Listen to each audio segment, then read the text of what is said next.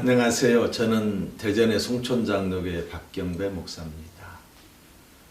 이 영상을 보고 계시는 우리 존경하는 목사님과 국민 여러분, 지금 제 가슴이 불이 붙은 것 같처럼 뜨겁습니다.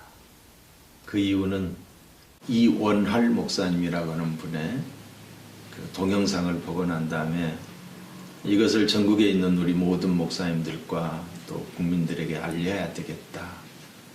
내 백성이 무지해서 망한다라고 그랬잖아요. 이 영상을 보신 우리 목사님과 우리 국민들께서 일파만파 많이 전파하셔서 많은 국민들이 깨어나고 또 나라가 다시금 회복되고 하나님의 교회, 우리 교회를 지키는 역할을 꼭 했으면 하는 그런 마음에서 영상을 찍어서 제가 다시 편집을 해서 올리오니 꼭 봐주시기를 우리 목사님들 부탁합니다. 감사합니다. 전 세계도 사실 한 번도 없었던 일이에요. 특별히 동양에서, 그것도 조상신을 섬기는 유교 문화권에서 복음이 이렇게 단시간에 전파된 사례가 유례가 없습니다.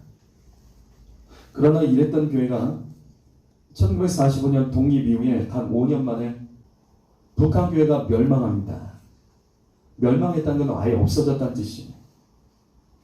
여러분, 우리는 오늘 이것만 기억하면 됩니다. 하나님께서 교회를 알아서 지켜주진 않습니다. 그 교회가 그 시대의 정치적인 체제, 사람에 의해서도 얼마든지 무너질 수 있습니다. 국가의 권력과 법에 의해서 교회가 불법 집단이 돼서 합법적으로 무너질 수 있고, 예수 믿는 성도들이 국가의 죄수가 될 수도 있습니다. 그럼 왜 북한 교회는 멸망했을까? 저는 오늘 말씀에서 북한의 이 공산화 과정이 대한민국에 주는 이 경고의 메시지가 있음을 들으시고, 귀에 있는 분들은 성령이 이번 2020년도 4.15 총선을 앞두고 있는 교회들에게 주시는 그 음성을 들으실 수 있기를 바랍니다. 아멘. 그리고 내용을 점검하시고 잘 메모하셨다가 목사가 강단에서 거짓말한 것이 있는지 선동한 것이 있는지 여러분이 직접 확인하세요. 그냥 내가 알고 있는 상식으로 저건 아니지 재단하지 마시고, 혹시 내가 잘못 알고 있는 것도 있을 수 있잖아요. 메모해서 확인해 보시라고요. 양쪽의 내용이 있다면 양쪽 내용을 다 보자고요. 그리고 그 내용이 맞다면 내 안에 잘못된 국가관과 세계관, 이것을 복음의 관점으로 바꾸실 수 있는 계기가 되시기를 예수님의 이름으로 축복합니다. 아멘. 그러면 이런 공산주의가 어떻게 북한의 이 많은 교회들을 멸망시킬 수 있었을까? 그것을 말씀드립니다. 첫 번째로는 국제사회가 공산주의 실체를 분별하지 못했기 때문이에요. 이것은 지금 우리 안에서도 똑같이 일어나고 있는 일입니다. 여러분, 공산주의를 영적으로 보지 못하면 이해할 수 없습니다. 처음에 미국도 이 공산주의를 영적으로 보지 못해서, 실체를 보지 못해서 그들도 실수했습니다. 1941년 12월 8일 날 일본이 미국에 진주만을 습격합니다. 한순간에 미국 병사 2,400명이 전사하고 미국 해군과 이 공군이 큰 타격을 입어요. 하지만 이 일로 인해서 미국은 2차 세계대전에 연합군으로 참전하게 됩니다. 그런데 일본이 진주만을 공격하기 전에 이미 일본이 진주만을 공격할 것을 예견하며 말했던 사람이 있습니다.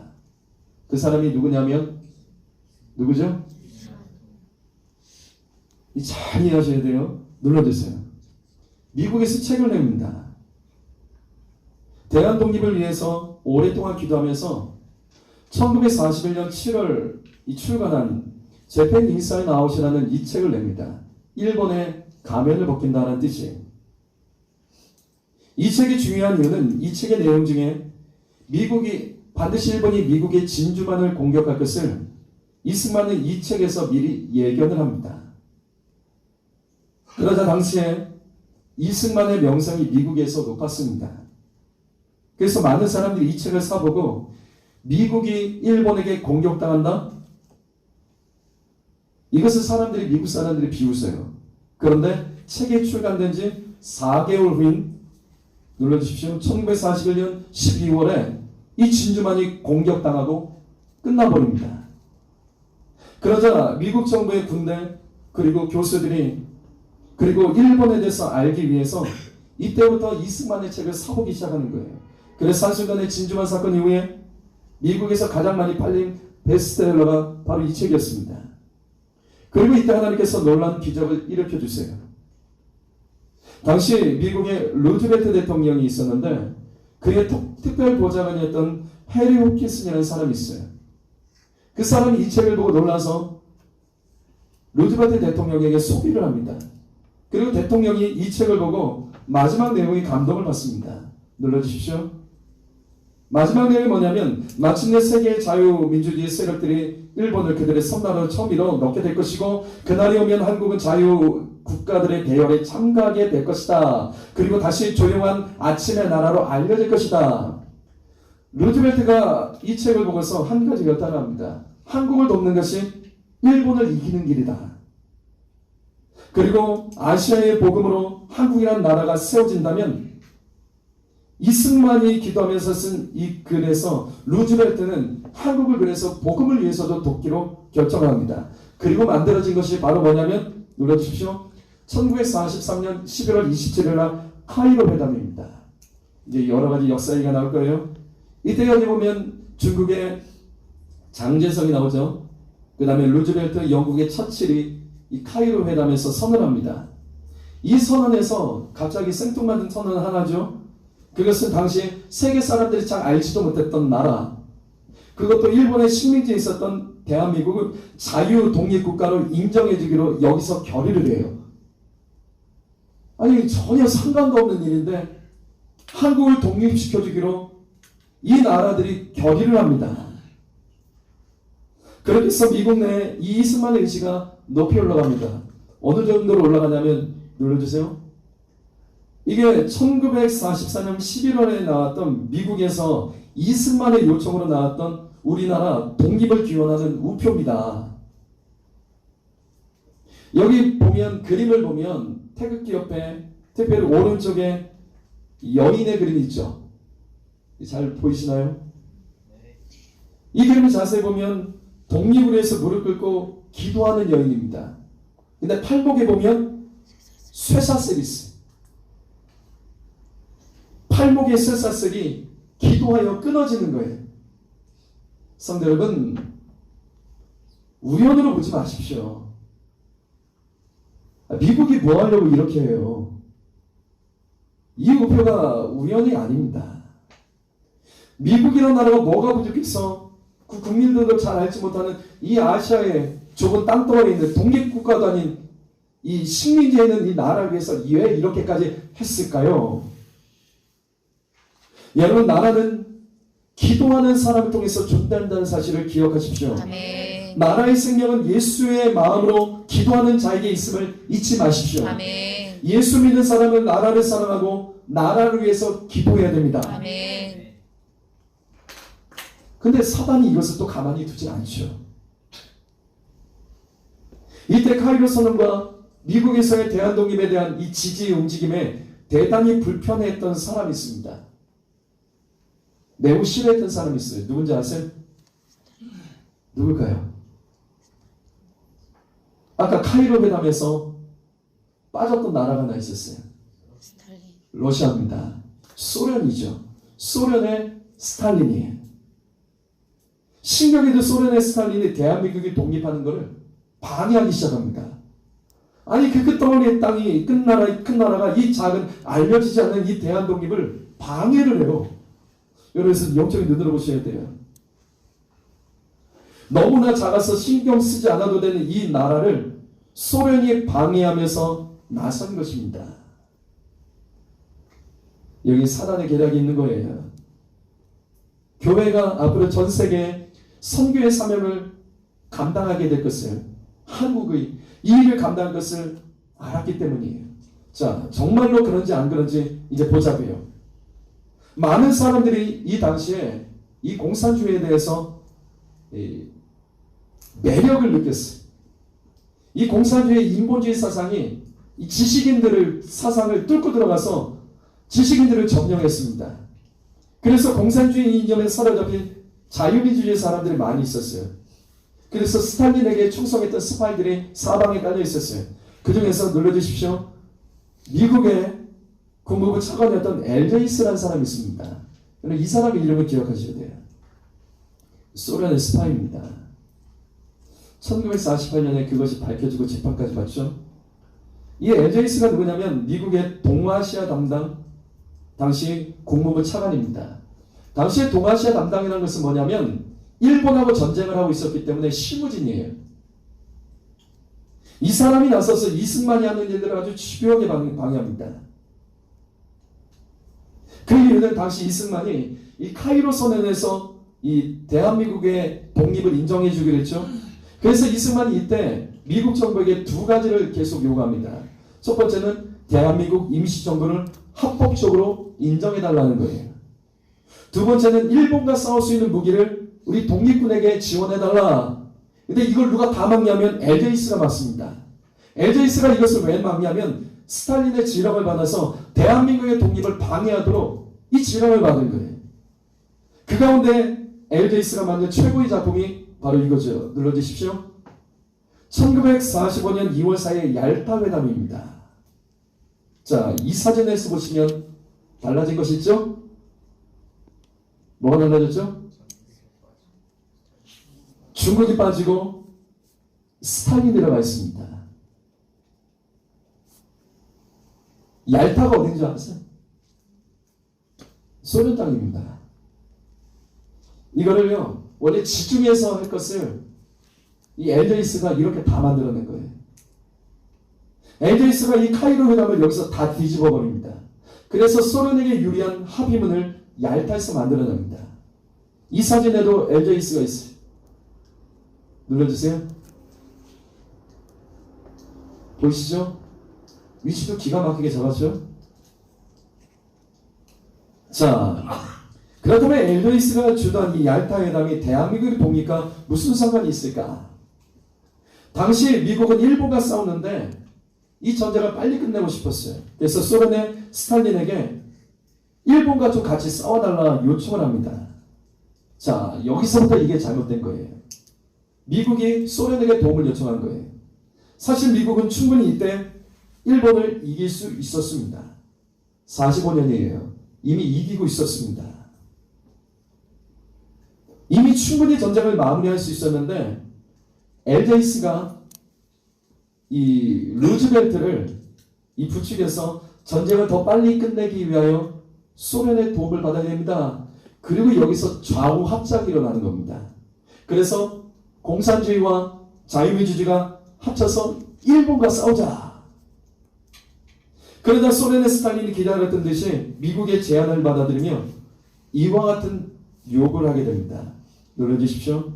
자, 첫 번째 요구는 독일이 패망하면 폴란드를 포함한 동유럽에 대한 소련의 지배권을 인정해달라는 거예요. 그리고 또 눌러주세요. 그리고 일본이 패망하면 한반도 내에서 혼란스러운 이 한반도를 안정시키기 위하여 소련군이 주둔해서 지배할 수 있는 권리를 인정해달라고 합니다. 그러자 루즈벨트가 이걸 다 허락해 줍니다. 이 루즈벨트 회의에서 엘제이스가 다 부추긴 거예요. 자, 여러분 여기서 눌러주십시오. 이 엘제이스를 여러분 잊지 마셔야 돼요. 2차 세계대전이 끝난 후에 미국의 대표로서 스탈린의 지령을 받아서 유엔까지 만든 사람인 거 아세요? 미국이라는 강대국의 엘제이스 같은 이 한 사람이 2차 세계대전이 끝난 다음에 수많은 나라들이 소련에 의해서 공산화되는 것, 이 사람 때문에 막지 못한 겁니다. 근데 여러분 우리나라 안에도 이와 똑같은 사람들이 있습니다. 여러분 6.25 전쟁 때도 엘제이스 같은 북한의 간첩들 때문에 서울이 3일 만에 함락돼서 수백만 명의 상인들이 죽었잖아요. 또 현재 우리나라 안에서도 지도자들 안에서도 우리 알잖아요. 공산주의자들이 있습니다. 주사파들이 있습니다. 산업행 운동하면서 이 나라 공산주의를 뒤집어려는 사람들이 있었습니다. 지금도 있고요. 여기 성남 시장으로도 있고요. 청와대도 있고요. 신기하지 않았어요? 저는 이 북한 문제가 해결되지 않는 게 정말 신기해요. 정말 신기해요. 아니 우리나라가 이렇게 경제적으로나 군사적으로나 막강한데 이걸 왜 못 막을까요? 어떻게 북한 독보들이 그렇게 굶어 죽고 수많은 사람들이 나라를 버리고 탈북하는데도 신기하게도 어떻게 김정은 정권이 유지되죠? 어떻게 이게 유지되는 거죠? 우리 내부 안에 공산주의의 저 LJS 같은 사람이 있기 때문입니다. 남한의 경제력과 군사력이 북한보다도 월등한데도 어떻게 지금 우리나라가 북한에게 끌려다니죠? 아니 왜 이렇게 된 거죠? 우리 안에 이와 똑같은 사람들이 있기 때문입니다. 성도 여러분, 그래서 지금 이러한 시간을 이 교회에서 갖는 거예요. 역사를 통해서 이 시대에 엘저이스 같은 사람을 분별하셔서 이번 총선 우리가 하지 않으면 오늘 말씀의 제목처럼 북한교회 멸망이 남한에서도 똑같이 일어나고 지금도 일어나고 있습니다. 좀 더 가볼까요? 얄타 회담 이후에 우리나라에 어떤 일이 이제 일어난지 보자고요. 얄타 회담 이후에 엘저이스가 루즈벨트를 부추겨서 다시 한번 또 일을 만들어내요. 그것이 뭐냐면 눌러주십시오. 1945년 4월 25일 날 샌프란시스코에서 유엔 창설에 대한 국제회의가 열립니다. 이 회의는 앞으로 2차 세계대전이 끝난 후에 세계 평화를 위한 전 세계 국가들이 모여서 유엔을 만들고 세계 질서를 잡기 위한 이 초기 모임입니다. 근데 이 중요한 자리에 우리나라는 미국에 의해서 참석이 거부당합니다. 다른 나라가 아니라 미국에 의해서요. 이승만이 여기에 대한민국을 가지고 들어가려고 아무리 애를 써도 이 엘저이스가 이걸 다 막아서는 거예요. 그래서 못 들어갔어요. 분명히 1943년에 카이로 회담에서 대한민국이 독립국가로 인정해주고 했잖아요. 근데 알타 회담에서 뒤집힌 걸 사실은 이때 몰랐어요. 이제 대한민국은 일본으로부터 해방돼도 소련의 지배를 받는다는 것을요, 이 알타 회담의 내용이 비밀이었기 때문에 알지 못했습니다. 그래서 이때 이승만과 이 자리에 참석했던 이 임시정부의 대표들이 그 자리에서 기도를 하기 시작해요. 그리고 같이 흩어진 성도들에게 기도를 요청합니다.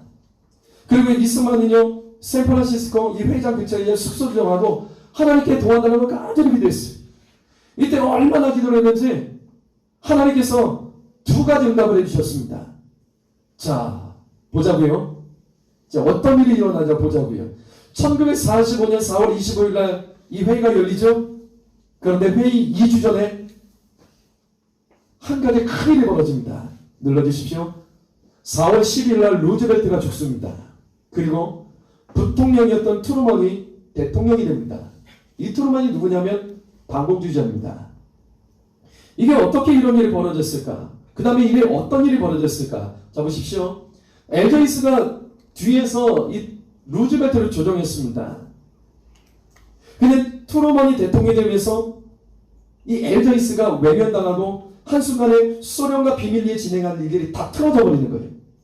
그리고 여기서 한 가지 더 놀라운 일이 또 일어납니다. 간절히 기도하던 이 이승만의 방에 누가 찾아와요. 눌러주세요. 에밀리 이 고브로라는 사람입니다. 이름이 신기하죠? 에밀리 고브로예요.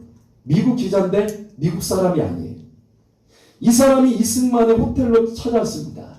이 사람이 어떤 사람인가? 앞에서 말씀드렸죠? 당시 소련의 스파이들이 많았습니다. 눌러주십시오. 공산주의자였습니다. 소련 사람이에요. 그가 이승만을 찾아온 이유는 3달 전에 얄타 회담에서 루즈벨트와 이 스탈린의 이 비밀리에 구도로 협정한 내용, 우리가 앞에서 봤던 그 내용을 그 내용 중에서 대한민국에 대한 내용을 이 루즈벨트가 죽었기 때문에 이 사람이 이 전향을 하면서 공산당으로 전향하면서 어떻게 하면 저 소련을 무너뜨릴까 이와 같이 항상 연구하고 기회를 보면서 대한민국의 특별히 독립을 위해서 이스만을 찾아서 이 얄타회담의 비밀 협약 내용을 알려줘요. 당시 이 얄타회담에서 스탈린과 루즈벨트가 맺었던 협약 내용이 알려지지 않은 비밀이었습니다. 그런데 이 사람을 통해서 한반도의 지배권이 소련의 스탈린에게 갖게 됐다는 것을 이스만이 이때 안 거예요. 그리고 역전이 일어납니다. 이때 이스만이 미국 각계 영향력 있는 사람에게 편지를 다 보냅니다. 이 사실을 알려요. 그리고 누구에게까지 보냈냐면 트루먼까지 보내요. 트루먼 대통령에게까지. 트루먼도 몰랐던 이야기거든요. 이로 인해서 얄타회담에서 미국 정부가 소련과 비밀로 협약했다. 이 내용이 언론까지 들통나면서 미국 정부는요, 이때 우리는 카이로 회담을 충실하게 이행하기 위해서 대한민국의 독립을 보장하겠다고 오히려 역발표를 다시 하게 됩니다. 그러니까 얄타회담 내용을 뒤집은 거예요. 아니다. 우리는 대한민국을 지지한다. 이렇게 보장을 하면서 발표를 했어요.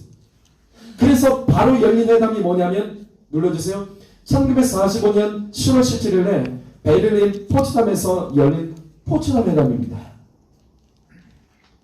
이때 처칠이 나가고 영국의 클레멘트 수상이 이 자리에 왔고 그 다음에 트루먼, 소련의 스탈린 모여서 회담을 갔는데 여기서 대한민국에 대한 논의가 다시 일어나요. 이때 스탈린이 주장하는 것은 당연한 거죠. 얄타에서 미국이 약속한 대로 해라. 그때 트루먼 나는 모른다. 얄타에서 너희가 약속한 대로 해라. 소련이 한반도에 대한 이 통치권을 갖는다. 트루먼은 안 된다. 우리는 카이로 선언대로 할 것이다. 이 둘 안에서 충돌이 일어나요. 결국 이 안에서 절충안이 만들어졌겠죠? 그 내용이 뭐냐면 눌러주세요. 한반도의 독립을 보장하는 대신에 자 한반도의 안정과 북한 해군의 일본군의 완전한 소탕이 될 때까지 자 소련군은 북한 땅에 주둔하고 미군은 남한에 주둔하기로 이때 합의를 합니다. 이게 바로 포츠담 선언이에요. 그런데 소련은 한반도 전체가 공산화시켜서 이 소비에트 연방에 이 포함시킬 계획이 있었기 때문에 자 이렇게 협의는 했는데 그 다음 어떤 일이 벌어진지 자 보자고요. 자 눌러주십시오. 마침내 1945년 5월 8일에 독일이 연합군에게 항복을 합니다.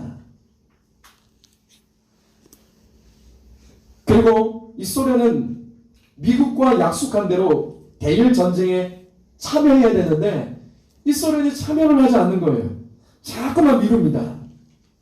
그러다가 소련이 언제 참여한지 아세요? 대일 전쟁에? 이게 참 재밌습니다. 눌러주십시오. 1945년 8월 9일입니다. 약 158만, 160만의 군대를 이끌고 대일 전쟁에 참여를 해요. 자, 이게 왜 갑자기 이런 일이 벌어졌을까? 자꾸 미루고 있던 이 대일본 전쟁에 참여하는 것을 미루고 있던 이 일이 왜 벌어졌을까? 왜 이때 참여했을까? 여기 내용이 있는 거죠. 자, 눌러주십시오. 1945년 8월 6일 날 미국이 히로시마에 원자폭탄을 떨어뜨립니다.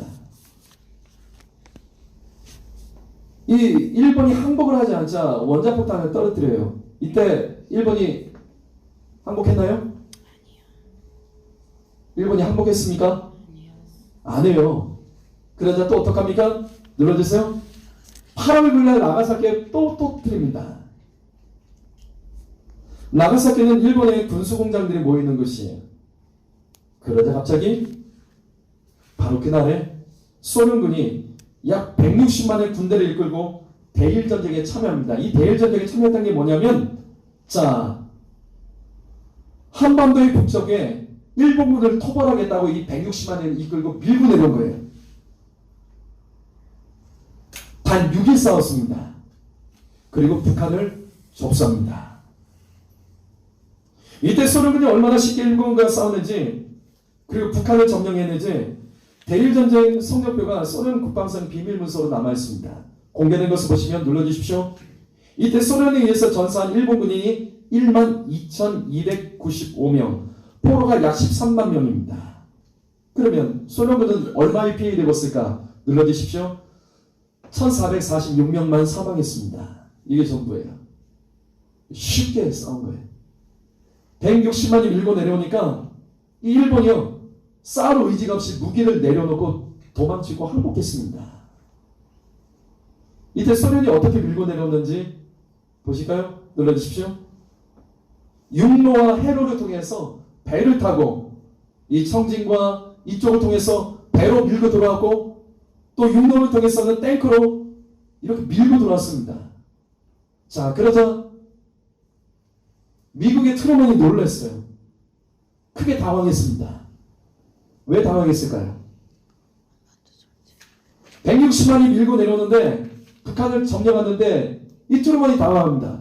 왜 당황하냐면, 보세요. 눌러주십시오. 아직 이때는 일본이 항복하지 않았어요. 그래서 미군이 남한에 들어오지 못했습니다. 남한에 들어오지 못했는데 이미 소련은 이 북한 땅 전체를 장악을 해버린 거예요. 그리고 남한까지 밀고 내려오려고 하자 트루먼이 놀라서 했던 일이 뭐냐면, 이러다가 한반도가 소련에게 완전히 다 정복당하겠다는 위기감에 그가 한 일이 뭐냐면, 눌러주십시오. 1948년 8월 10일 날 바로 소련이 참전하자마자 바로 그 다음날 38선을 그어버립니다. 그럼에도 불구하고 소련은 아직 미국이 와 있지 않았기 때문에 어디까지 밀고 내려가냐면, 당시의 개성이 이 남한 지역입니다. 38선 이남이에요. 그리고 동두천까지 밀고 내려옵니다. 그리고 거기서 버티고 있다가 마침내 일본이 패망하고 미군이 상륙하자 철수를 하면서, 그때 당시 기록에 보면 개성의 인삼에 씨가 말랐다고 합니다. 그리고 우리나라 그 은행들이 다 털렸어. 당시 기록이 여기 남아있어요. 이 소련군들이 그걸 다 빼앗아서 다시 북쪽으로 올라간 거예요. 그런데도 우리 좌파 교과서에 보게 되면 언론들 말하는 거 보면 미국이 38선에서 남북이 갈라졌다라고 미국 욕합니다. 아니에요. 이때 이거 긋지 않았었으면요, 우리나라 미국 들어오기 전에 이미 공산화해서 끝났습니다. 좀 더 보지요. 눌러주십시오. 1945년 8월 26일 날 마침내 소련의 이 사령관이 평양으로 입성하면서 그들의 야심이 완전히 드러납니다. 25군 사령관인 이 치스카코프라는 사람이에요. 이 소련군의 주력 부대를 이끌고 평양에 들어왔습니다. 이게 말이 안 되는 거죠. 왜? 이미 일본군은 없잖아요. 일본군은 항복하고 쫓겨나는데 더 많은 군대를 몰고 평양에 들어온 겁니다. 이때 북한 주민 가운데 뭔가 이상하게 돌아간다는 것을 이때 하나둘씩 감지하는 사람들이 있었어요. 그래서 나선 사람이 조만식 장로입니다. 이 조만식 장로님은 어떤 분이냐면 우익 기독교인입니다. 그리고 북한 교회를 대표하는 민족의 지도자입니다. 이 사람이 소련의 이 사령관을 찾아가서 이렇게 묻습니다. 눌러주세요. 뒤로. 다시 뒤로. 이렇게 물어요. 소련군은 해방군입니까? 아니면 점령군입니까? 이때 소련 사령관이 소련군의 목적은 조선의 해방이다. 이렇게 말해요. 그러자 조만식 장로가 화를 내면서 따지기 시작합니다. 왜냐하면 당시에 이 해방군이라는 이름으로 들어왔던 이 소련군의 만행이 이로 말을 할 수가 없었거든요. 약탈과 이 방화, 강간, 낮에요. 우리 여인들이 길거리를 돌아다니지 못했습니다. 밤에요 숨어서 잠을 잤습니다. 소련군이 들어와서 그냥 무조건 약탈하고 강간하고 다 빼앗아가는 거예요. 그래서 그것을 따지자 이 치스카코프가 정치 문제는 나에게 묻지 말라. 그리고 그의 정치 문제는 이 정치 장교였던 레베데프라는 장군이 있었습니다. 그 사람에게 물어보라며 그 사람을 만나게 합니다. 그때 내용이 1991년 9월 9일날 중앙일보 기사에도 이게 정확히 실려 있습니다. 이때 조만식 장로님이 소련 정치장교에게 이 장군에게 했던 말이 있습니다. 눌러주세요. 여러분 한번 읽어볼까요? 이 내용 한번 읽어봅니다. 시작. 자주주의 국가가 경제제도를 채택해야 하며 교육을 통해 인민을 깨우쳐야 하고 피압박 민족의 한을 자주 독립국가로 풀어야 하고 이것을 위해서는 언론, 집회, 결사의 자유 등이 보장돼야 합니다. 이때 조바시 장로가 이 소련에게 요청한 것이 뭐냐면 정치로서는 민주주의입니다. 경제는 자본주의입니다. 그리고 언론과 종교의 자유 보장하라는 내용을 주장을 합니다. 그러자 이 레베데프가 공산주의였기 때문에 이 조만식을 죽이려고 하다가 죽이질 못해요. 왜? 당시 조만식이 이 북한 지역에서 차지하는 위치가 있었기 때문에 협조하겠다 하고 거짓말하죠. 그리고 바로 이어서 소련군이 눌러주십시오. 그 다음 날에 남북 간의 이 철도 운행을 완전히 중단시킵니다. 그리고 38선에 소련 경비대를 배치하고 남쪽으로도 못 내려가고 남쪽에서 북한으로도 못 올라오고 이걸 막아요. 남북 간의 모든 출입을 통제합니다. 그리고 9월 6일에는 남북한 간의 이 전화, 정보, 우표까지 다 막아버려요. 그리고 출입까지 금지하면서 이 북한 지역을 이 소련이 완전히 장악하면서 그 지역을 완전히 봉쇄해버립니다. 그리고 마침내 눌러주십시오. 1945년 10월 14일 날 스탈린의 면접에 통과한 이 김일성이 최초로 평양 시내 군중 앞에서 모습을 드러냅니다. 보천보 전투에서 승리를 한 김일성 장군. 근데 사람들이 이때 보고 놀라죠? 너무 어린 거예요. 나이가 안 맞는 거예요. 나이가 안 맞아요. 이때 소련군이 경례를 하면서 김일성은 소련에 의해서 북한 지역의 지도자로 지명을 받아서 이후 소련에 의해서 북한을 공산화시켜 이 스탈린에게 바칩니다. 그리고 이때 북한 교회가 멸망합니다. 이 멸망에 대한 내용은 다음 시간에 말씀을 드릴게요. 여러분, 북한 교회가 멸망하게 된 이유는 한 가지입니다. 북한이 공산화되는 것을 북한 교회가 분별하지 못했어요. 이 공산주의가 얼마나 무서운 것인지 이들이 영적으로 분별하지 못했고 교회가 막지 못했습니다. 공산주의를 좀 얘기해 볼까요? 공산주의는요, 눌러주세요.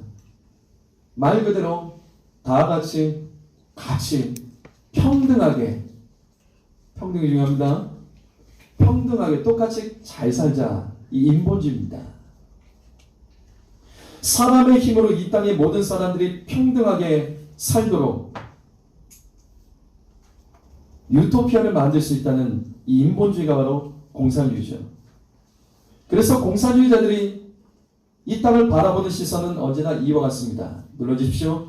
불평등, 원망, 불만, 비판의 시선으로 바라봐요. 그리고 이 비판의 대상들을 혁명과 투쟁으로 제거하여 모두가 평등하게 잘 살 수 있는 세상이 된다라는 주장이 공산주의입니다. 그렇기 때문에 공산주의는요, 철저히 눌러주십시오. 유물론과 무신론입니다. 눈에 보이는 물질의 세계를 최고의 가치로 인정하고 하나님을 부정합니다. 왜 하나님을 부정하냐면 하나님이 계시다면 세상이 이렇게 왜 불공평하냐는 거예요. 어떻게 신이 있다면 어떻게 세상이 불평등하냐는 겁니다. 그래서 교회는 눈에 보이지 않는 신을 들먹이며 사람들을 속여서 자신의 배를 채우는 사기 집단. 그래서 교회는 반드시 제거해야 된다는 것이 바로 공산주의고, 실질적으로 공산주의가 들어가는 것마다 교회가 불타고 교회가 무너지고 성도들이 죽는 거예요.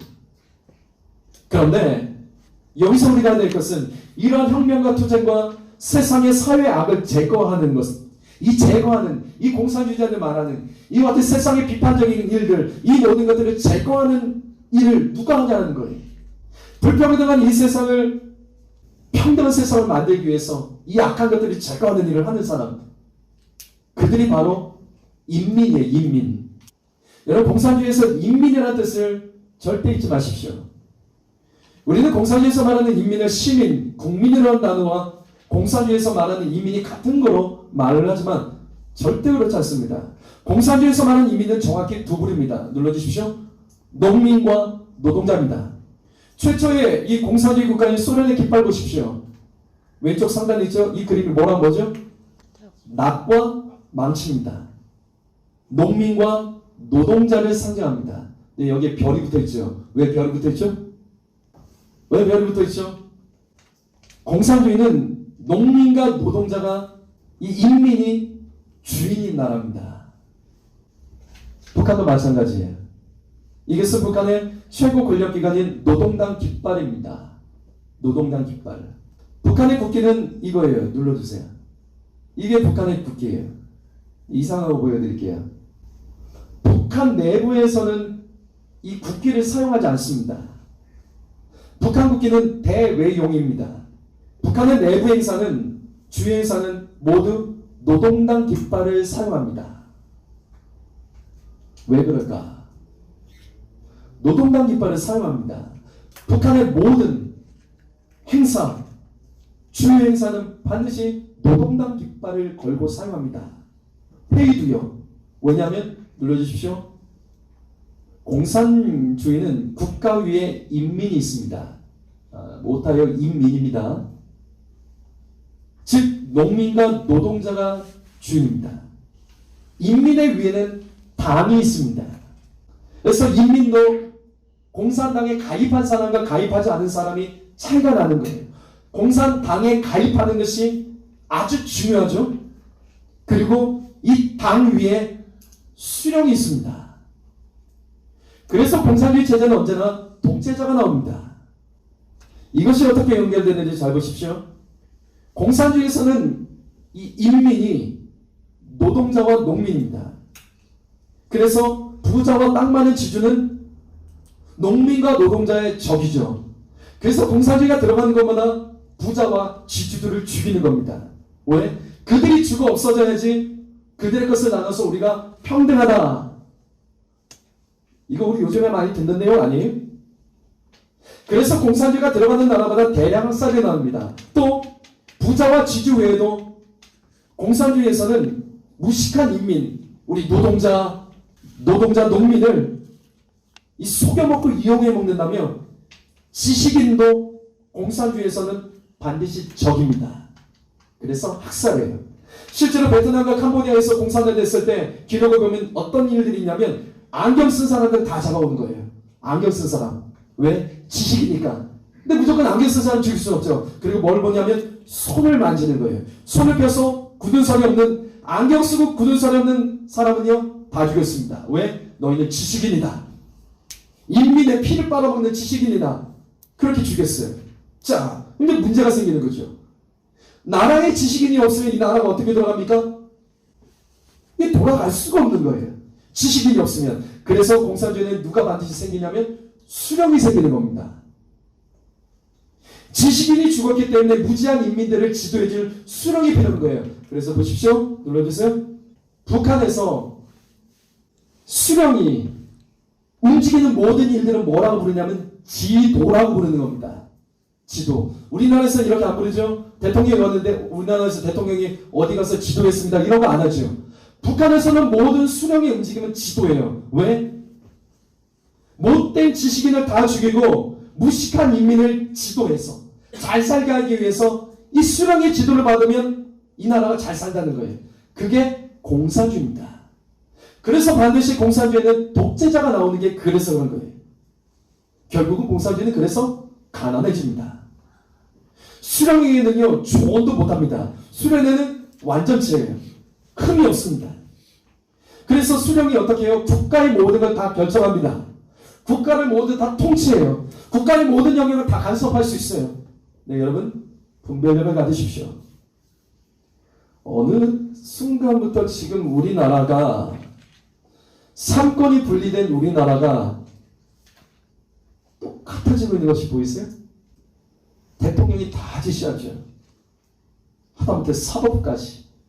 장관들 필요도 없어. 어느새 우리나라가 장관들로 이 나라의 각 영역이 돌아가는 것이 아니라 청와대 수석 참모 비서진. 예전에는요, 청와대 대통령의 이름도 몰랐어요. 수석이나 참모의 이름도 몰랐어요. 근데 어느 순간부터 우리나라가 청와대 수석 참모 비서진의 이름을 알게 됐어요, 우리가. 왜? 그들이 행정부의 장관을 찾아가서 지시하고. 그리고 여러분, 국민청원이라는 건 원래 어디 있는 건지 아세요? 국민청원이요? 원래 국민청원이요, 국회에 있는 겁니다. 국회에 국민청원하는 게 있어요. 근데 이걸 어디로 가요? 청와대로 가져가죠. 그리고 어떻게 청와대에서 모든 걸 다 조절을 하기 시작합니다. 해결해 주는 건 없이요. 청와대에서 모든 연락을 받아서 어느 순간에 이 청와대, 이 국민청원이 뭐가 되냐면 이게 인민재판이 되고 있잖아요. 여론을 몰고 가는 거예요. 20만이 되면 뭔가 세상을 뒤집을 수 있는 일도 생길 수 있는 거예요. 어느새 우리나라의 정부가 이와 같은 형태로 변질됐습니다. 그래서 저는 문재인 대통령이 이렇게 밖에 나와서 이렇게 지역을 돌아다니며 사람들 만나는 모습을 제가 어느 순간에 보니까 똑같더라고요. 뭐랑 똑같냐면 예전에는 저 그렇게 본 적 없어요. 어느 순간부터 잘 생각해 보십시오. 뉴스에 나오는 대통령의 장면. 어디를 가고 사람들 만날 때마다 사람들이 박수치며 환호하죠. 박수치며 환영하죠. 그 다음에 플래카드를 막 걸고 난리치고. 북한에서 인민들이 김정은이 지도를 나갈 때마다 박수치고 환호하는 장면과 똑같은 장면들이 나오기 시작합니다.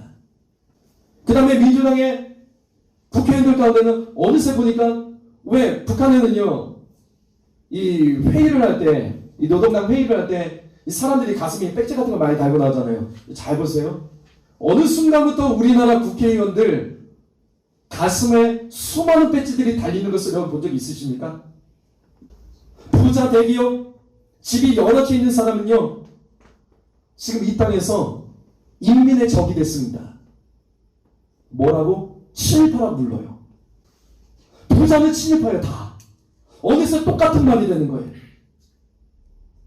그리고 나눠가지요. 공부 좀 더 잘하고 더 열심히 하려는 학생들이 들어가는 특목고 폐지했습니다. 왜? 평등해야 된다고. 너희들 공부 잘해서 너희들만 세상에서 지도자 되냐? 안 된다. 내려와라. 어떻게? 다른 학생들과 똑같아야 된다. 특목고 폐지해버렸어. 일을 열심히 더 해서 돈이 더 필요하고 더 열심히 일해서 돈 벌 수 있는 사람은 일해야 되는데 안 된대요. 적당히 하래요. 52시간 넘으면 안 된다? 이번에 코로나 사태 났을 때도 마스크를 만들어야 되는데 밤샘 작업을 했는데 노조가 나서서 뭐래요? 안 된대요. 왜? 52시간 넘으면 안 된대요. 나중에 정부가 나서서 이거 비상사태지 않냐? 이거 비상사태지 않냐? 그렇게 해서 이걸 넘겨버렸어. 동일임금, 동일노동, 동일임금 원칙을 아십니까? 10년 일한 사람하고 1년 일한 사람이 같은 일을 하면 임금이 똑같아야 됩니다. 이번 총선 끝나면 이 개헌을 한다고 하죠? 민주당 당대표가요. 열심히 공부해서 대학 나온 사람하고 고등학교 나온 사람하고 월급이 똑같아야 된다고 합니다. 간호사하고 간호도 조무사하고 월급이 똑같아야 된다고 합니다. 왜? 동일노동, 동일임금. 지금 우리나라 이렇게 가죠. 어느새 대한민국 북한과 같은 공산주의가 되고 있는 것. 우리가 조금만 보면 볼 수 있는데 다시 북한에서는 나라가 좋아진다고 난리를 쳤지만 결국 어떻게 돼요? 교회의 사유재산이라고 폐지가 되고 목사들은 인민의 적이라며 공개 재판을 당해 죽어가고요. 여러분 김준곤 목사님 그 CCC 대표 아시죠? 그분이 이 공산주의 반공산주의 운동에 앞장서며 설교했던 분이 있어요. 왠지 아세요? 그분 아내가 이 공산주의자들한테 죽었어요. 왜 죽었는지 아세요? 선생님이라고. 어떤 선생님? 교회학교 선생님이라고 죽었습니다. 여러분 지금 우리나라 지도자들 누가 뽑았습니까? 우리가 뽑은 거죠. 우리가 뽑은 거 우리가 당하고 있는 거예요. 눌러주십시오. 에스겔서 33장 6절 말씀 세번역 성경에 보면 눌러주세요. 이렇게 기록됐습니다. 파수꾼이 적군이 가까이 오는 것을 보고도 나팔을 불지 않아서 그 백성이 경고를 받지 못하여 적군이 이르러 그들 가운데 사람들을 덮치면 그들 가운데 죽은 사람의 책임은 파수꾼 너에게 묻겠다. 하나님의 말씀이에요. 무슨 말씀? 너가 지켜내야 될 사람과 도시와 가정이 있다는 거예요. 우리는 모두 파수꾼입니다. 근데 파수꾼이 깨어서 적들이 공격할 때 나팔을 불지 않고 경고하지 않아서 그 도시가 멸망하고 그 도시 안에 사람이 죽으면 하나님 너한테 책임 묻는다는 거예요. 성도 여러분, 목사는 파수꾼입니다. 늘 말씀드리잖아요. 목사는 깨우는 사람입니다. 경고하는 사람이에요. 여러분, 적들이 몰려오고 있습니다. 여러분, 깨어나셔야 됩니다. 아멘. 지금 한국교회가 죽어간다고요. 죽어간다고요. 공산화되어 가고 있습니다. 점점 더 예수 믿기 어려운 시대가 지금 오고 있습니다. 여러분, 한국교회를 껴신 하나님의 음성을 들으셔야 됩니다. 아멘. 여러분, 깨어나십시오. 아멘. 하나님께서 이까지 지켜주고 살려주신 이 나라 빼앗기면 안 됩니다. 아멘. 여러분, 시대를 분별하셔야 됩니다. 아멘. 끝까지 이 내용들 말씀을 듣고 여러분 그리고 잘 결정해 주셔야 돼요. 아멘. 저한테 유익되면 하나도 없으죠. 사명 감당하려 활동입니다. 사랑하는 성도 여러분, 목사는 교회를 깨우고 있습니다. 여러분들 여러분의 가정과 자녀들과 일터를 깨워주십시오. 아멘. 이 땅에서 결국 이 땅을 살려낼 사람들은 예수는 우리밖에 없습니다. 일제 이 강점기 35년 동안 교회를 그렇게 핍박했습니다. 근데 이 한반도 교회가 이 핍박을 이겨냅니다. 교회를 지켜냈어요. 이것을 주도했던 북한 교회가 신기한 것은 해방 후 공산주의에서 2, 3년 만에 교회가 멸망합니다. 이해가 됐어요? 35년 동안 지켰는데 공산주의 이 땅에 들어온 지 2, 3년 만에 북한 교회가 멸망합니다. 저는 오늘 말씀에서 지난주에 이어 북한의 공산화 과정이 대한민국에 주는 경고에 대한 말씀을 함께 나누려고 합니다. 그렇다면 어떻게 공산주의가 어떻게 이 북한의 많은 교회들을 이렇게 모조리 파괴할 수 있었을까? 오늘이 두 번째예요. 그 두 번째는 바로 위원회 전략입니다. 위원회요. 이게 아무것도 아닌 것 같죠? 자, 이제 용어를 보시면 그래서 그랬구나 이해가 되실 거예요. 북한이나 공산주의 국가에서 가장 많이 사용하는 단어가 이 위원회입니다.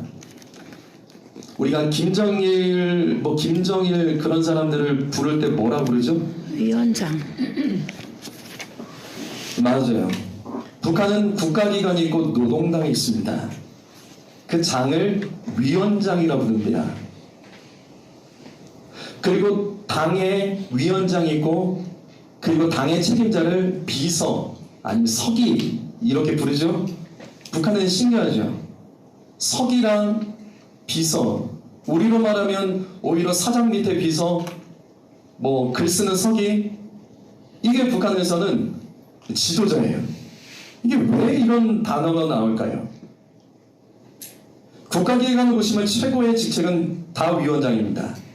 왜냐하면 북한은 위원회로 구성되어 있기 때문이에요. 체제 자체가 위원회입니다.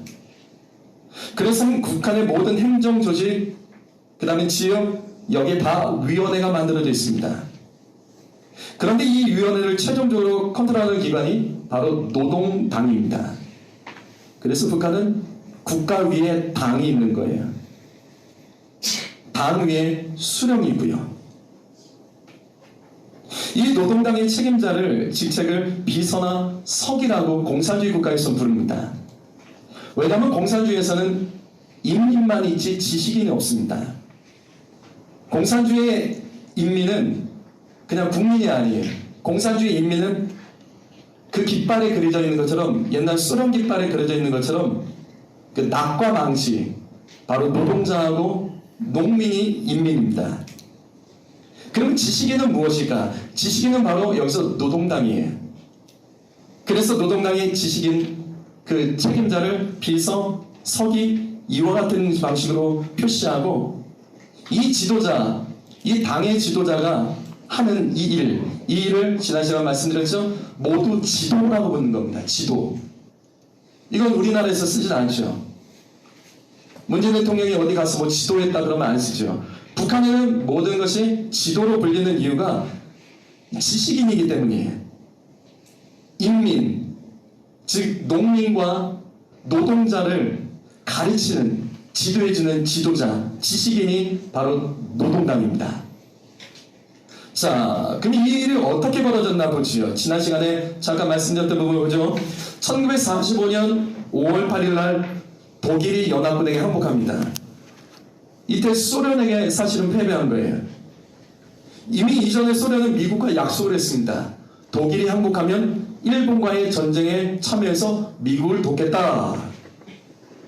근데 독일이 항복했는데도 신경이 소련이 돕질 않았습니다.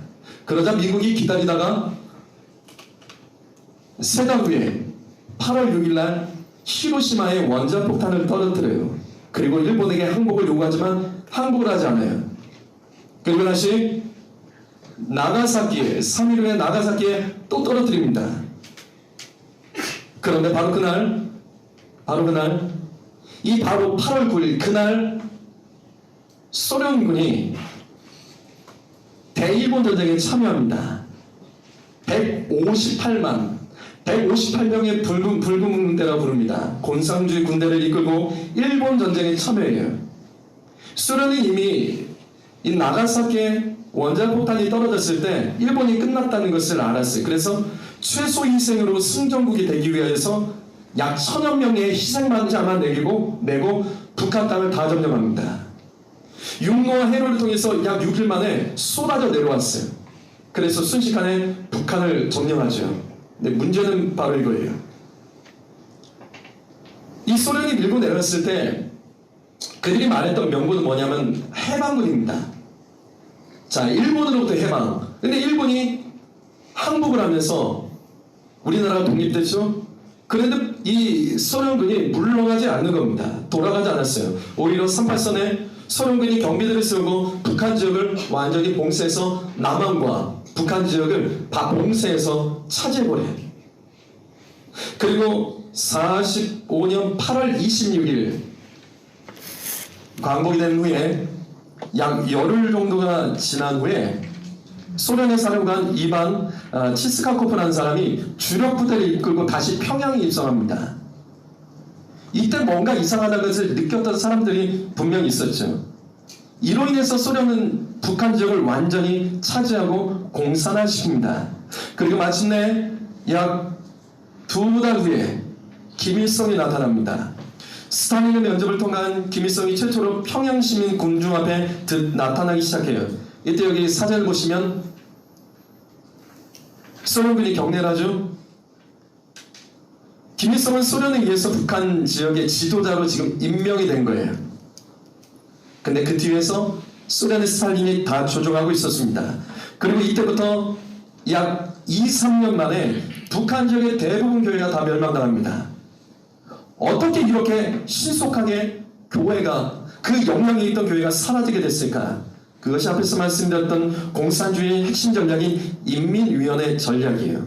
자, 이제부터 여러분은 소련 공산당이 2차 세계대전 이후에 어떻게 신속하게 전 세계를 공산화시켰는지 그 방법, 역사를 볼 거예요.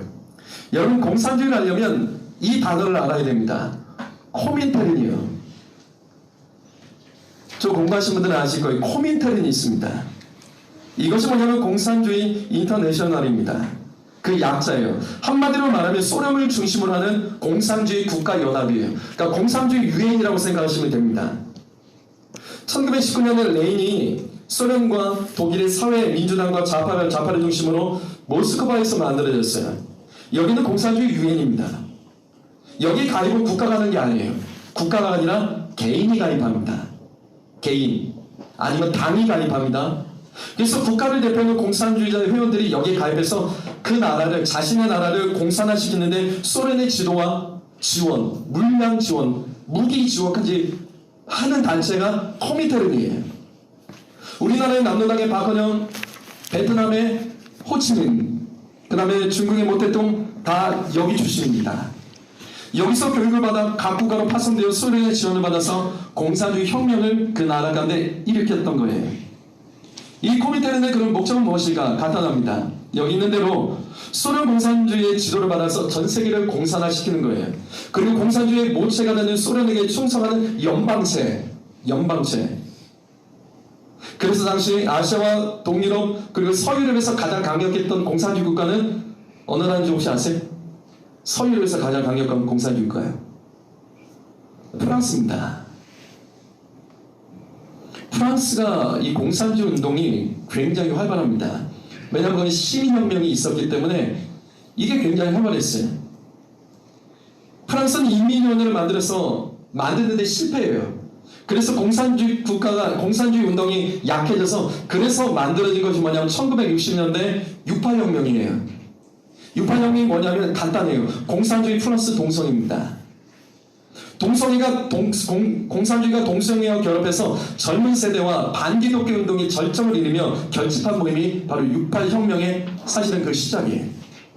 이처럼 이 코민테른이 각 나라를 공산화시키는 핵심 전략은 각 나라 지역에 위원회를 만들어요. 위원회를 만들어서 그 목표는 뭐냐면 인민공화국을 수립하는 겁니다. 많이 들어본 이제 단어죠? 여러분 소련의 플랜이 뭐죠? 소비에트. 소련이 뭐의 약자예요? 소비에트요. 소비에트 연방이죠. 그럼 이 연방이 뭐예요? 연방의 뜻이 뭐죠? 이게 위원회입니다. 소비에트 연방이라는 건 소비에트 위원회예요. 이거는 나라가 아니라 공산주의 국가 연맹이에요. 연합이에요. 그래서 소련이 한반도를 점령했었던 일이 뭐냐면 우리나라도 소비에트 연방에 포함시키길 원했어요. 그래서 북한이 이러한 공산주의 인민화 전략에 넘어갔던 겁니다. 그럼 어떻게 했나? 자 보시죠. 도시 지역을 다 바꿔요. 어떻게 바꾸냐면 이렇게 바꿔요. 각 도시 명칭을 어느 도인민위원회, 시인민위원회, 군, 면, 리 인민위원회를 싹 다 바꿨어요. 그럼 인민위원회가 되면 어떻게 되죠? 그 전에는 뭐 도지사, 시장, 군수, 면장, 이장 이런 사람들 한 사람이 대표가 되는 것이 위원회가 조직되면서 이 공동체, 인민이라는 공동체가 농민과 노동자 중심의 몇 사람이 그 지역에 쉽게 말해서 지도자가 되는 겁니다. 소련 군대가 북한 전역을 다니면서 각 지역의 농민과 노동자를 대표하는 공산주의 이념을 가진 인민위원회를 다 조직해요. 나라의 구성을 다 바꿔버린 거예요. 그러다 북한 지역이 어떻게 됐냐면 마치 우리나라가 6.25 겪었을 때를 생각하시면 될 것 같아요. 우리나라가 6.25로 인하여서 남한이 점령당했을 때 그 모습이요. 인민위원회를 그때도 구성해서 가난한 농민과 노동자를 세웠죠. 그리고 그들에게 하나같이 완장을 채워주죠.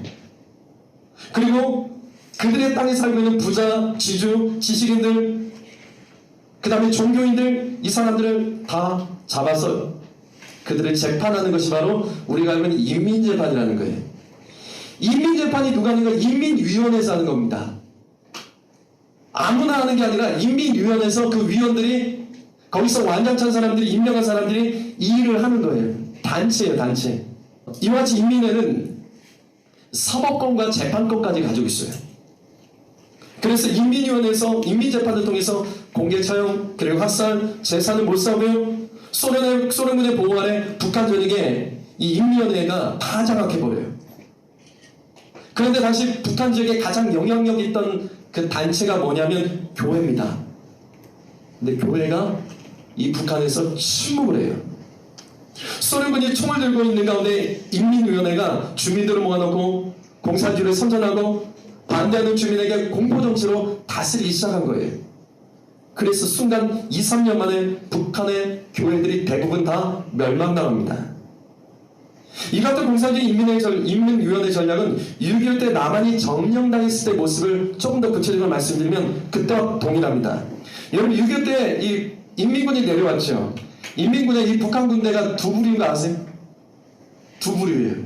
부대가 두 종류예요. 뭐랑 뭐죠? 혹시 아세요? 하나는 전투부대, 또 하나는 뭘까요? 전투부대가 있고 하나는 점령부대가 있습니다. 이제부터 영화나 그 장면들을 떠올려 보시면 알 거예요. 전투부대는 싸우면서 나가는 거예요. 그러면 점령부대는 남아서 거기를 다스려요. 그래서 사상으로 정치 장교를 통해서 점령부대가 이 가책을 북한과 똑같은 구조로 만듭니다. 시, 도, 군, 면, 리를 위원회를 조직해요. 그리고 총을 들고 이 가난한 농민과 노동자들을 인민위원회를 앞장서서 그들에게 완장을 채워주죠. 그럼 그들이 북한에 했던 것처럼 그 지역의 지주, 그 다음에 교사, 경찰 가족, 군인 가족, 공무원, 교회 성도 목사 찾아내서 그들을 인민재판하면서 학살합니다.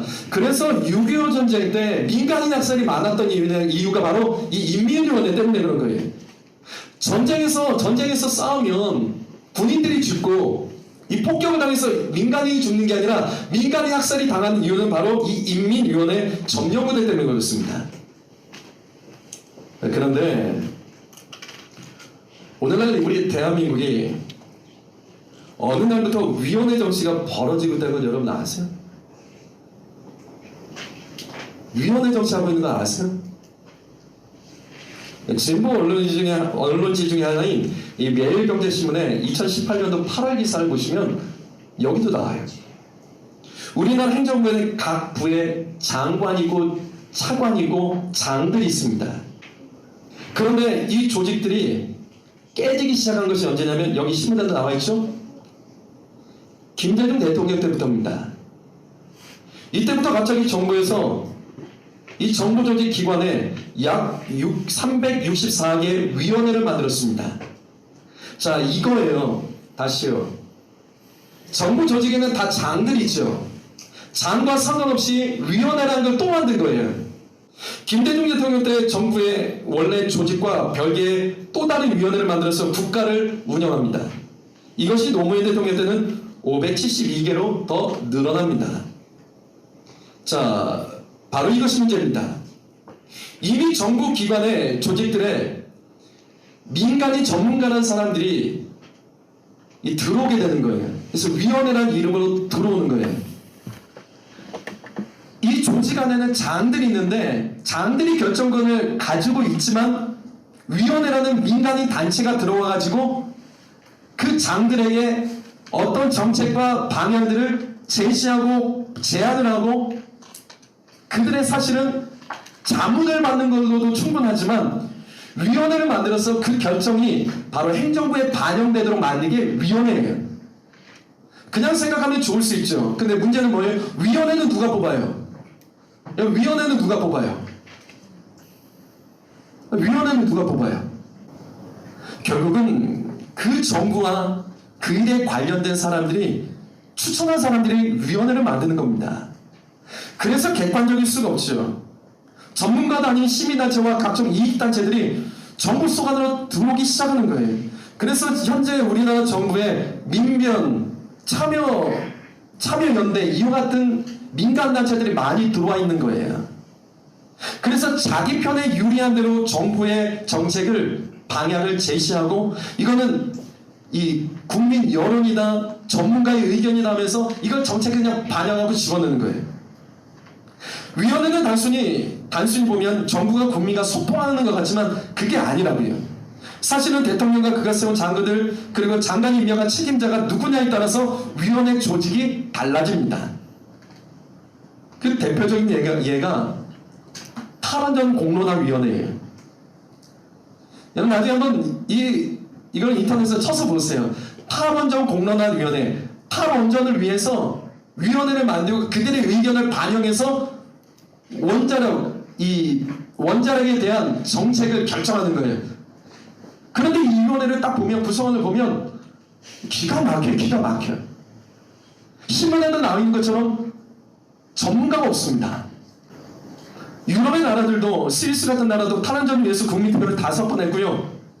독일 같은 경우에는 국민이 뽑은 국회에서 뜨겁게 그것을 결정하고 그러다가 지금은 다시 원전 유치로 돌아갔죠. 근데 우리나라는 이것을 빨리 탈원전을 선포해버렸어요. 어떻게?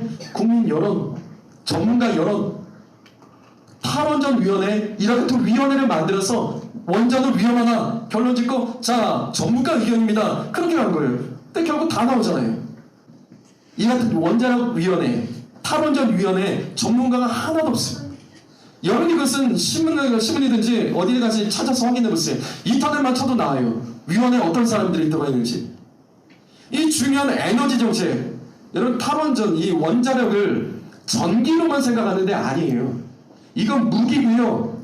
경제입니다. 경제. 에너지 전쟁이에요. 에너지 전쟁.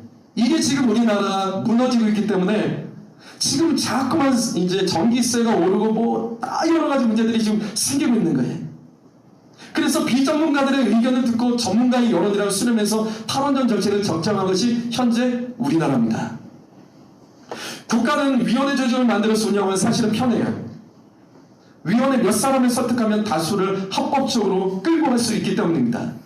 그런데 어느새 우리나라가 문제가 뭐냐면 투표로 뽑은 지도자가 있는데도 불구하고 투표로 뽑지 않은 위원회가 우리의 권리까지 결정하고 있다는 거예요. 그래서 이번 정부 가운데 재미있는 게 나오죠. 문재인 정부가 들어서면서 성평등위원회까지 만들었습니다. 왜 문재인이 대통령이 되면서 우리나라에 동성애 퀴어 축제가 2개에서 8개로 늘었는지 폭발적으로 늘었는지 이해하실 수 있을 거예요. 원래 2개밖에 없었습니다. 근데 8개로 늘었어요. 그리고 최근에 남녀 평등이 아니라 동성애자들과 젠더를 위한 성평등 운동이 전국 지자체에서 막 일어나죠. 신문 뭐 현수막 걸려있고 난리 나죠. 각종 조례들 만들어지죠. 그 이유가 왜냐하면 바로 이거예요. 이것도 보세요. 국가기획자문위원회에서 이것을 결정을 해갖고 위원회에서 위원회를 만들어서 또 결정한 거예요. 자, 문재인 대통령 되면서 처음 시작된 성평등위원회를 아예 어떻게 했냐면 대통령 직속기관으로 만들어버렸습니다. 그래서 지금 우리나라가 이 문제가 생겨서 이렇게 가고 있는 거예요. 대통령이 성평등의 이 컨트롤 타워가 되어서 전국에 지금 이것을 퍼뜨리고 있는 겁니다. 현재 경기도 성평등조례 가장 문제가 뭐죠? 경기도 성평등조례 가장 핵심 문제가 뭐예요? 결국 하나잖아요. 뭐? 성평등위원회. 재밌죠? 성평등위원회 문제 아니에요. 경기도 성평등조례 핵심은요 성평등위원회입니다. 그걸 어디에요? 학교, 기업, 교회에다가 세우는 거예요. 위원회를 만드는 거예요. 그러니까 교회 안에도 위원회를 만들어서 어떻게 해요? 성평등을 교육하고 이것에 반대되는 사람들에 대해서 인민재판하게 만들 구조가 경기도 성평등조례입니다. 이 포스터 한번 보시죠. 경기도에서 만든 겁니다. 경기도에서 성평등위원회를 만들기 위해서 우리의 세금으로 지금 학교를 만들었습니다. 그게 뭐냐면 경기도 치마바지 성평등 교실입니다. 치마바지가 뭔데요? 이게 젠더 아니에요. 남자도 아니고 여자도 아니고 남자와 여자를 구별하는 것을 막지 않는 운동을 교실에서 만들어서 여기서 훈련된 사람들을 성평등위원회로 파송합니다. 누가요? 경기도에서요. 우리가 뽑은 사람들이 지도자들이 도의원이 도지사 이재명은 분당 우리 교회 집사님입니다. 이 일을 하고 있다고요. 여러분 누가 내 가족 내 자녀 욕하면 싫죠? 어디 가서 욕 먹으면 막 난리치면 화내시잖아요. 예수님 이름이 이렇게 조롱당하고 성경이 이렇게 조롱당하는데 왜 거기에는 그렇게 침묵하십니까? 위원회 국가로 가는 것에 대해서 문제는 교수 신문에 대해서도 제기했습니다. 2018년에 교수 신문에서 이 문제를 제기했어요. 왜 제기했냐면 위원회에 들어가는 상당수가 교수들이에요. 근데 문제는 뭐냐면 이 내용이 이거예요. 교수한 사람이 여러 개의 위원회에 들어가서 바쁘다는 거예요. 근데 위원회에 들어가면 뭔가 결정을 내야 되는 거예요. 근데 전문적인 결과가 나올 수가 없다는 거죠. 결국 여기서 한 번 참석하고 회의, 뭐 1년에 한 번, 2번 참석하고 돈 받아가며 밥벌이하는 교수들이 늘어난다는 겁니다. 결국 뭘 말하냐면 위원회라는 조직 자체가 굉장히 허술하고 이들이 제시하는 정책이 바르지 않다는 것을 말하는 거예요. 그래서 위원회는 반드시 공산주의로 가는 도구가 됩니다. 작년에 서울시장이 서울민주주의 심의위원회를 만든 거 아세요? 이게 너무 웃긴 거예요. 왜냐하면 시민위원회는 국민이 뽑은 대표가 아닙니다. 서울시에는 국민이 뽑은 대표들이 대신 대의 정치를 합니다. 시의원, 시장, 구청장, 뭐 비롯해서 그와 같은 구의원, 그런 사람들이 여기서 이 모든 내용들을 결정해서 그 시 안에서 모든 일들을 결정하죠. 근데 시민위원회를 만들어요. 그리고 어떻게 이 시의 모든 정책들을 결정을 하는 거예요. 제안을 하고 그것을 수렴을 하고. 그러면 이 시민위원회는 누가 뽑냐고요? 그 시민은 누구냐고요? 여러분들이 연락한 적 있어요? 혹시 여러분에게 연락한 적 있습니까? 시민위원회 한번 해달라고? 안 가죠. 당연히 안 가죠. 어느새 우리나라가 위원회 정치로 지금 무너져가고 있습니다. 이처럼 우리나라에는 국민투표로 대의정치라는 사람들을 분명히 뽑았음에도 불구하고 여러 가지 위원회, 이 같은 위원회를 만들었는데 이 위원회들이 이번 정부에 들어와서는 각 지역과 도마다 전략적으로 지금 생기고 있습니다. 이게 문제라는 거예요. 처음에는 정부 조직으로 만들어놨지만 이제는 이것이 지역의 각 기관의 또 시민에 의해서 이와 같은 것들이 만들어져서 이 나라, 이 시도의 모든 행정 영역에 정책을 결정하고 있고 그것을 통해서 이 나라가 움직이고 있다는 거예요. 성도 여러분, 유엔에는 소련이 공산주의를 시작하면서 나라를 장악하는 전략이었습니다. 그래서 우리나라가 1945년 해방됐을 때 남한도 똑같았습니다. 남한도 잘 보세요. 우리 이 내용은 작년에 우리 6.25 때 말씀에 이 내용은 잠깐 말씀 나눴습니다. 이 남한 지역도 해방된 이후에 이 위원회를 만들어서 공산주의가 만들었던 시도가 일어났다는 걸 여러분 아십니까? 앞에서 말씀을 드렸던 소련을 중심으로 하는 소련의 국제기구인 코민테른이 각 나라의 핵심 공산화를 시키는 전략, 그게 뭐라고 했죠? 위원회를 통해서 뭘 만드는 게 핵심 전략이죠? 인민공화국이요. 코민테른의 핵심 전략은요, 위원회를 만들어서 인민공화국을 수립하는 것이 여기에 핵심 전략입니다. 그래서 보세요. 남한 지역도 소련의 지령을 받아서 1945년 8월 15일 날 해방되자마자 여운형이 만든 당체가 바로 건준이라고 부르는 건국준비위원회입니다. 이 내용은 잘 아실 거예요. 여러분, 여운형은 알고 갑시다. 여운형은 배제학단 출신입니다. 선교사의 추천을 받아서 평양 장로 신학교에서 공부했던 사람입니다. 신학생이라고요. 신실한 기독교인입니다. 근데 그가 해방되기 전부터 박헌영과 함께, 박헌영도 기독교인입니다. 교회에 다니면서 선교사들에게 영어 배웠던 사람이에요. 조선공산당 지도자가 됩니다. 이 여운형이 건국위원회를 세우고 경국위원회를 세우고 가장 먼저 했던 첫 번째 일이 바로 그 다음날 8월 16일 날 뭘 하냐면, 자, 같은 동료였던 조선공산당의 이강구, 최용달과 함께 이 남한 지역의 전국을 다니면서 형무소에 약 1만여 명의 정치범들을 다 석방시켜요. 그 사람들이 누구냐면 다 강성 공산주의자들입니다. 일제 때 잡혀있던 이 1만여 명의 공산주의자들을 이제 싹 풀어버려요. 그러자 이 남한 지역에 강성 공산주의자 1만 명이 풀리면서 우리나라가 6.25 전쟁 전까지 계속해서 끊임없이 이와 같은 반란이 일어나고 나라가 시끄럽던 이유가 바로 이때 이 문제예요. 여러분, 여기 여운형을 도왔던 이 이강국을 아셔야 돼요. 이강국이 누구냐면 김일성 초대 내각의 대의원이었습니다. 그리고 6.25 때 인민군 야전병원 최고 책임자로 내려와서 전쟁했던 사람이에요. 최영달도 마찬가지입니다. 김일성 초대 내각의 대의원이었습니다.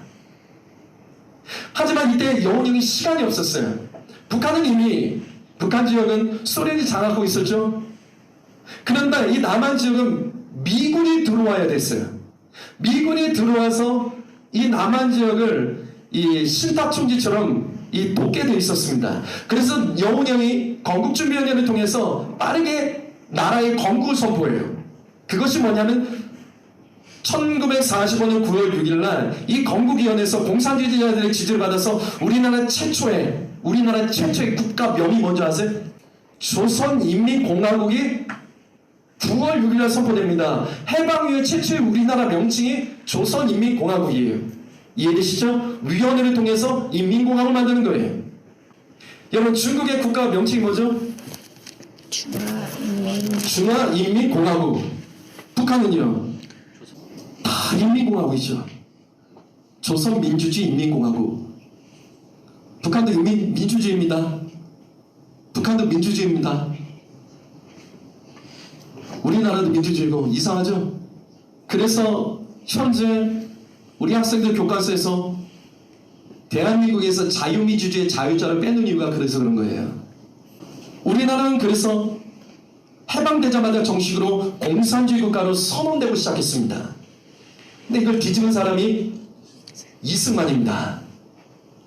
이승만이 돌아와서 교회 지도자들을 깨우기 시작했어요.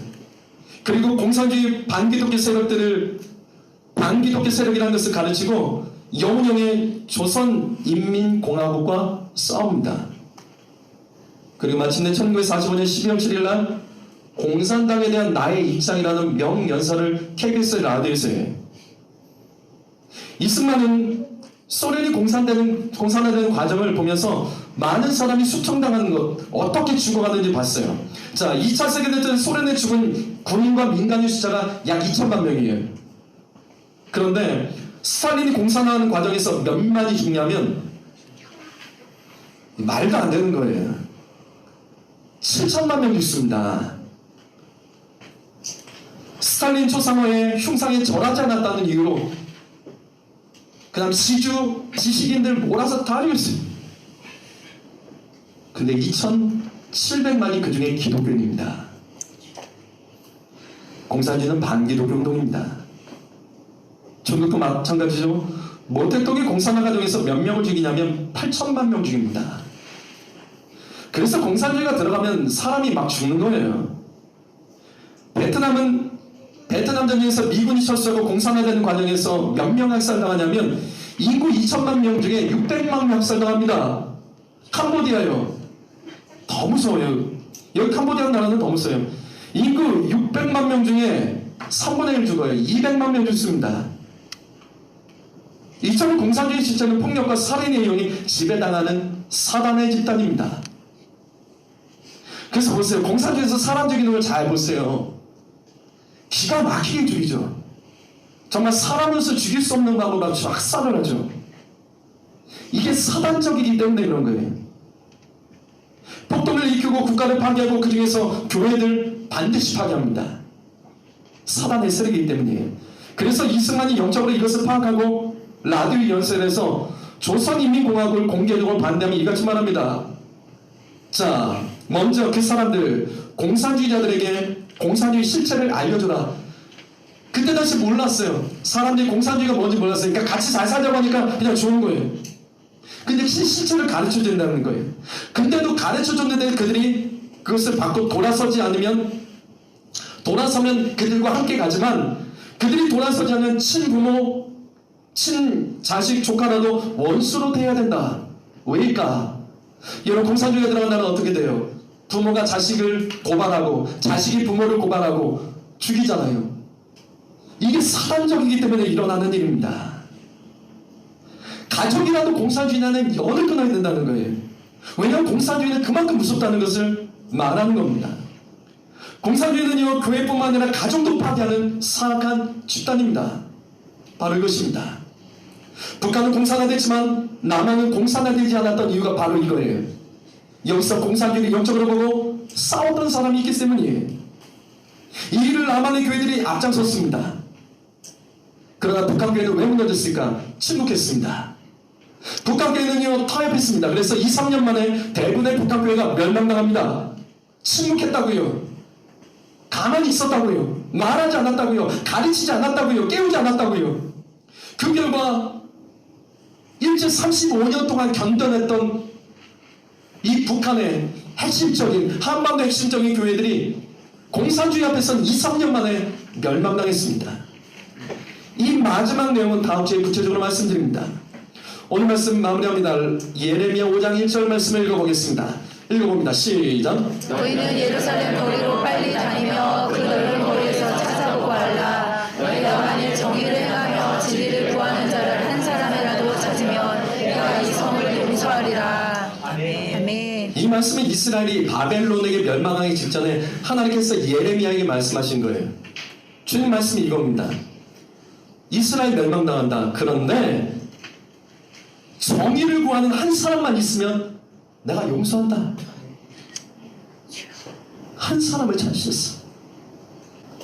죄를 깨우고 이 땅의 악을 싸우며 하나님께로 돌아오며 하나님의 가정으로 이 땅을 바라보며 이 나라의 사명을 깨닫고 그 위에 있을 수 있는 한 사람만 찾으면 내가 그 성을 용서하고 이 나라 살려주겠다는 말씀입니다. 근데 어떻게 되죠? 예루살렘 멸망당합니다. 왜? 없었어요. 깨우는 한 사람이 없었어.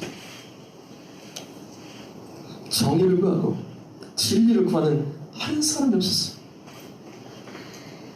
성도 여러분, 제가 늘 말씀드리죠? 알아서 되겠지 아니라고요. 교회 무너질 수 있습니다. 교회 사라질 수 있습니다. 역사를 보십시오. 아니 교회는 그리스도의 몸이니까 하나님이 알아서 죽이겠다? 아니라고요. 무너집니다. 없어집니다. 유럽교회 싹 무너졌습니다.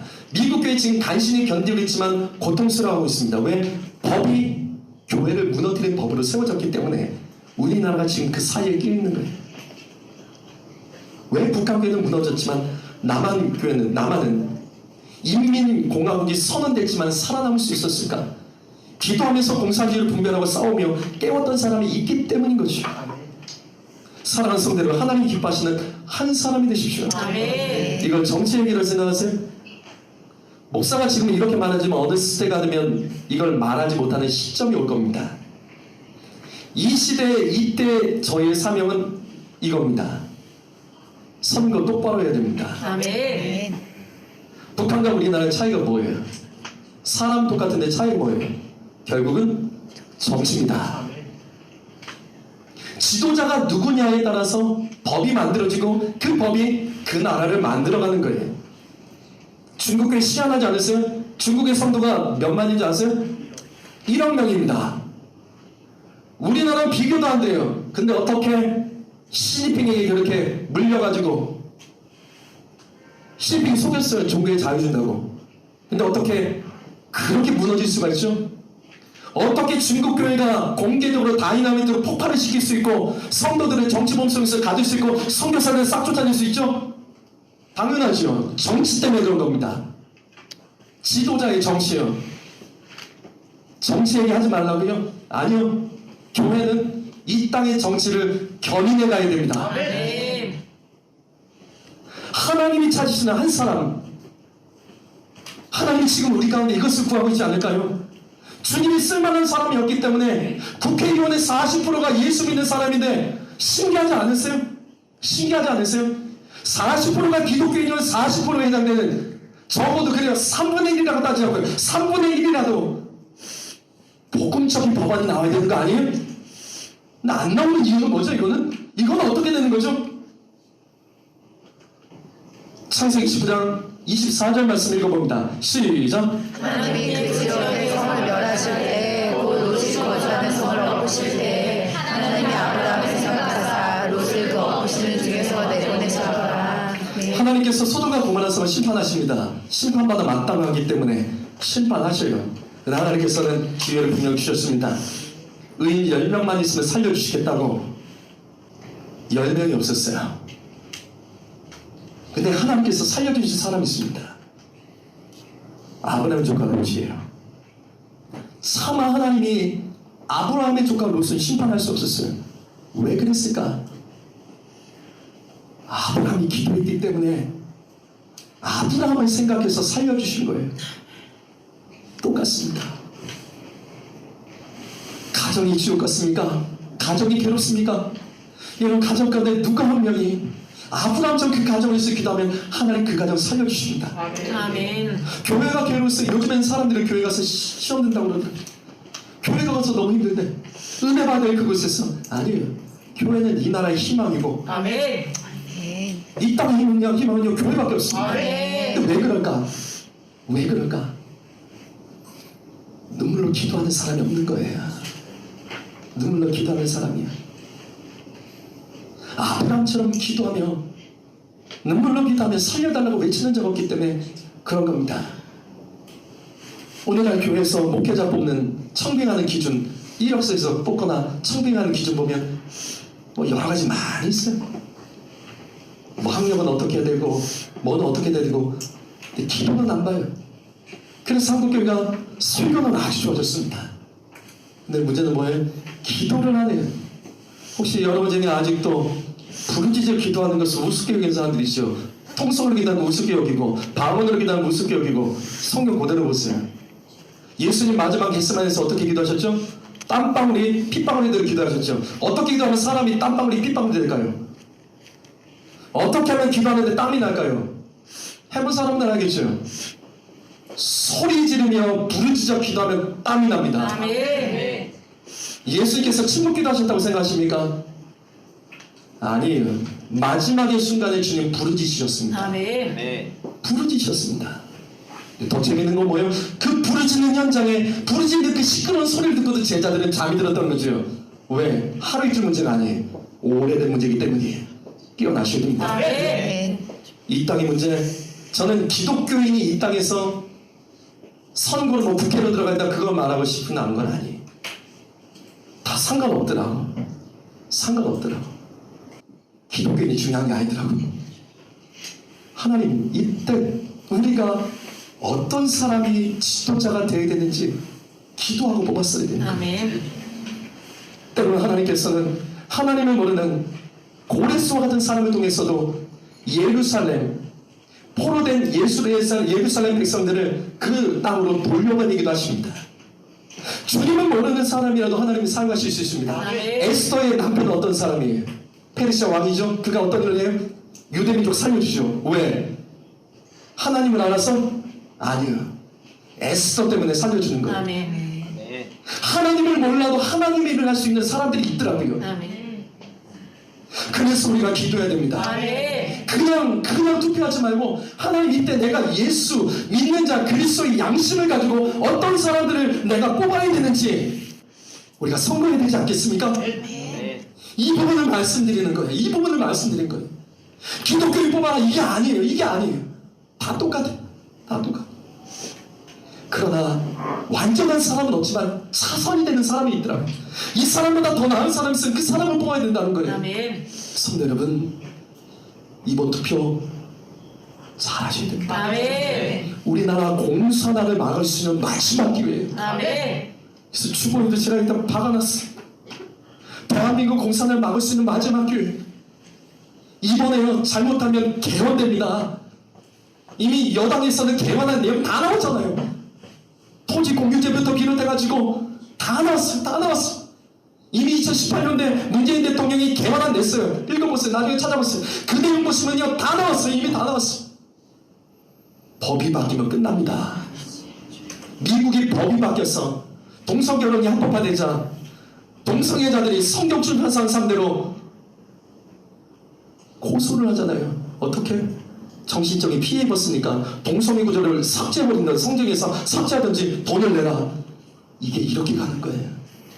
사랑하는 성도들, 하나님은 기도하면서 이 땅을 살리기 위해서 애쓰고 주님의 사명을 위해서 쓸 자를 찾고 있음을 기억하며 아멘. 여러분 그냥 살지 마시고 아멘. 이 시대에 내가 예수 믿는 이유, 이 시대에 내가 여기서 이 이야기를 듣는 이유는 무엇일까? 그리고 정치 얘기를 하셔도 괜찮습니다. 목사가 정치 이야기 하네, 괜찮아요. 좀 괜찮아요. 다 들을 준비가 됐어. 하지만 나중에 하나님 앞에 섰을 때 가서 붙잡고요. 주님 뭐라고 말씀하실까? 너 깨우지 않았냐고 저에게 말씀하신다면 저는 어떻게 하냐고요? 저는 그래서 사명 감당하게 깨웁니다. 아멘. 여러분 분별하시면 들으시고 깨워 기도하며 하나님의 뜻대로 마지막 시대에 예수 믿는 그리스도인으로 살다가 주님의 나라에 들어가기를 예수의 이름으로 축복합니다. 기도하겠습니다.